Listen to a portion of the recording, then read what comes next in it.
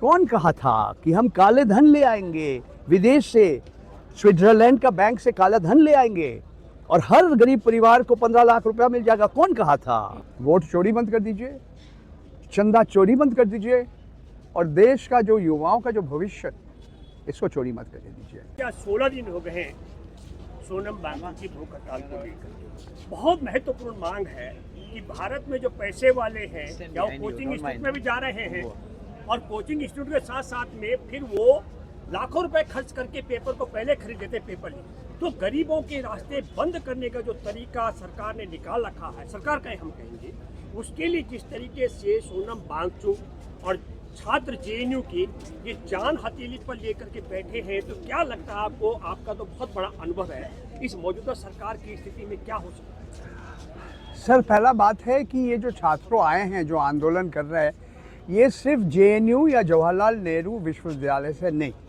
देश की अलग अलग जगह से, अलग अलग विश्वविद्यालय से छात्रों आए हैं। ये बहुत बड़ा आज एक मुद्दा है। हमारे देश में वोट चोरी हो रहे हैं, हमारे देश में राम मंदिर में चंदा चोरी हो रहे हैं। तो हमारे जो मित्र है, जो अल्प उम्र है, वो समझते हैं कि हम हमारे देश का युवाओं का भविष्य चोरी होने के किसी को नहीं दूंगा चोरी करना। इसीलिए केंद्रीय मंत्री धर्मेंद्र प्रधान का इस्तीफा मांग रहे हैं। क्या होगा क्या नहीं होगा ये मुझे मालूम नहीं है, ये भारत सरकार को मालूम है वो क्या करेंगे या नहीं करेंगे।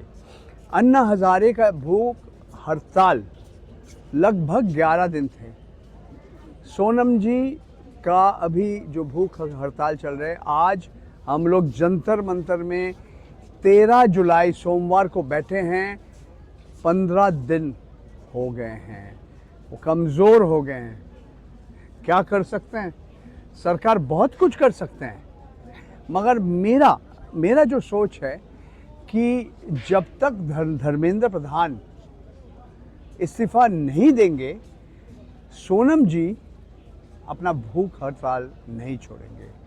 आप भूलिए मत, एक समय गया था जब सोनम वांगचुक जी भारत सरकार का नीति, भारत सरकार का अलग कार्यक्रम को समर्थन किया था।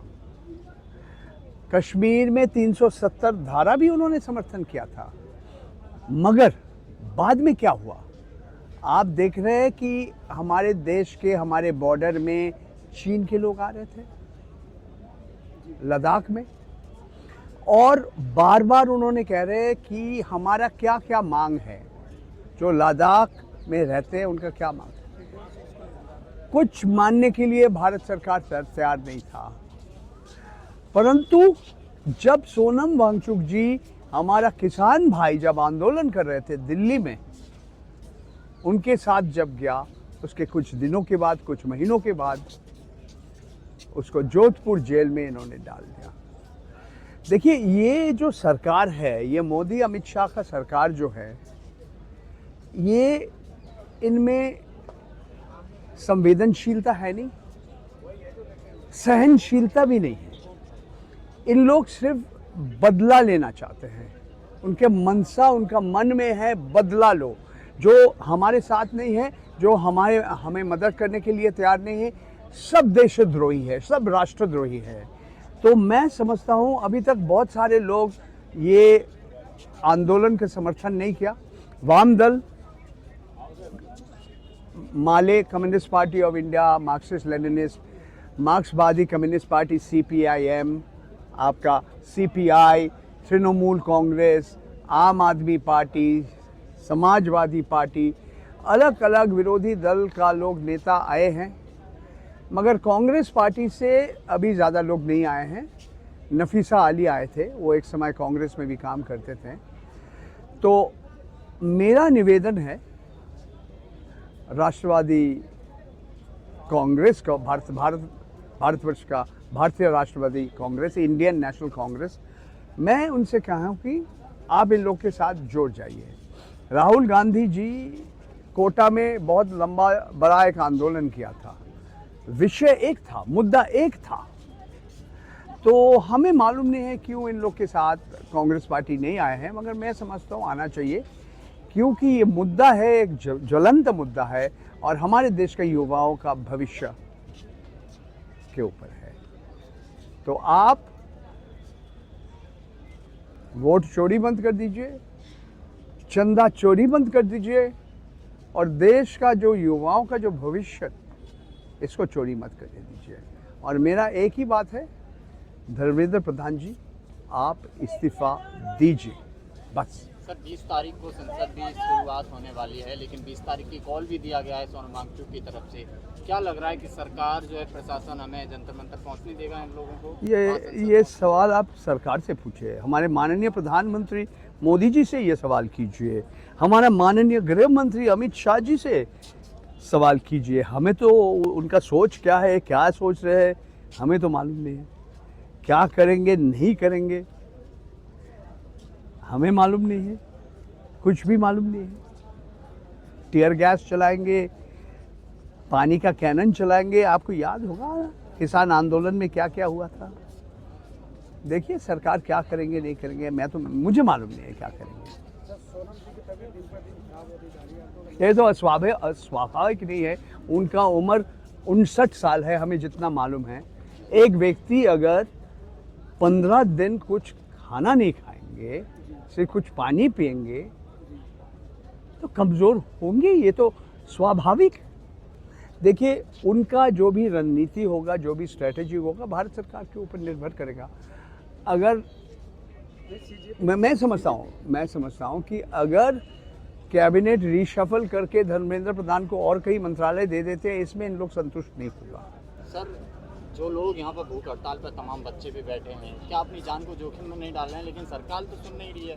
देखिए जो बच्चे हैं, जो ऑल इंडिया स्टूडेंट्स एसोसिएशन और भी बच्चे हैं, मैं उतना चिंतित नहीं हूँ। ऐसे 2 बच्चों भूख हड़ताल छोड़ के अस्पताल जाना पड़ा।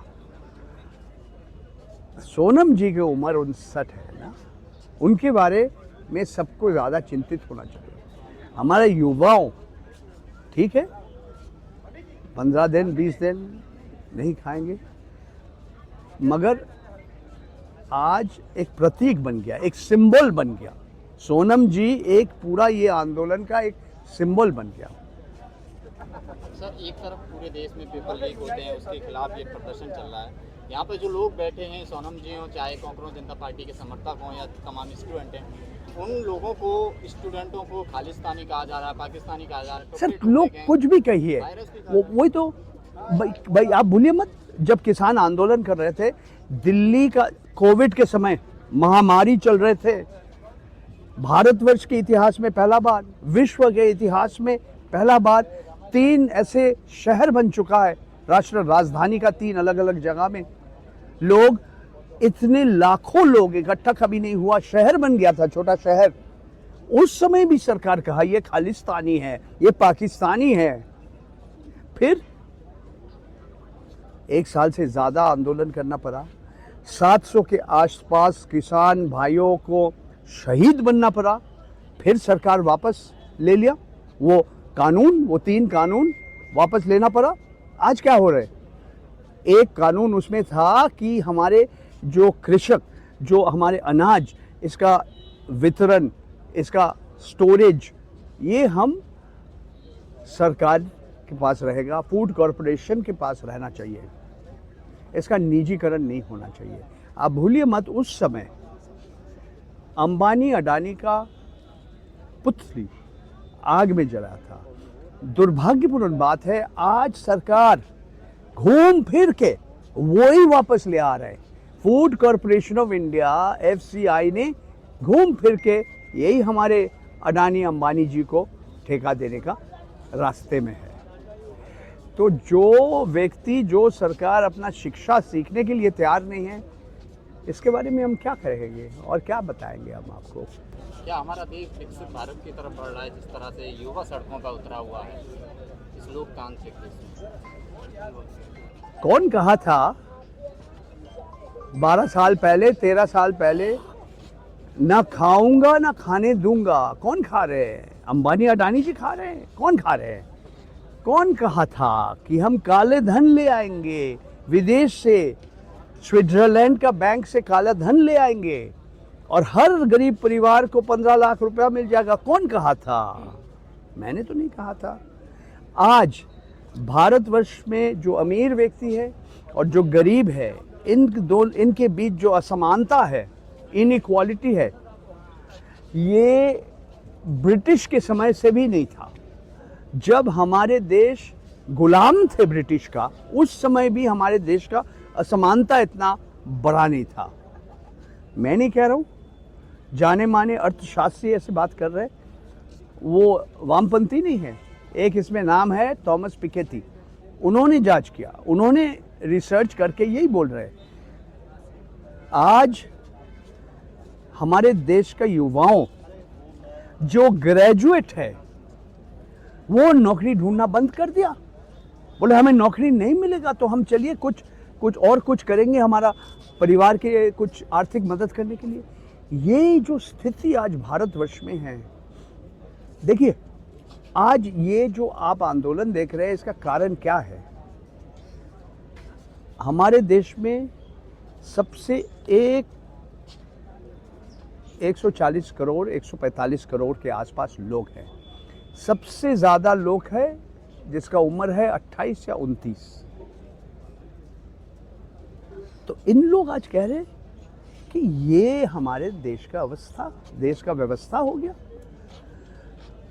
सबसे अमीर जो 1% लोग, 1% हमारे देश के, पूरा देश का संपत्ति का 40% उनके हाथ में है।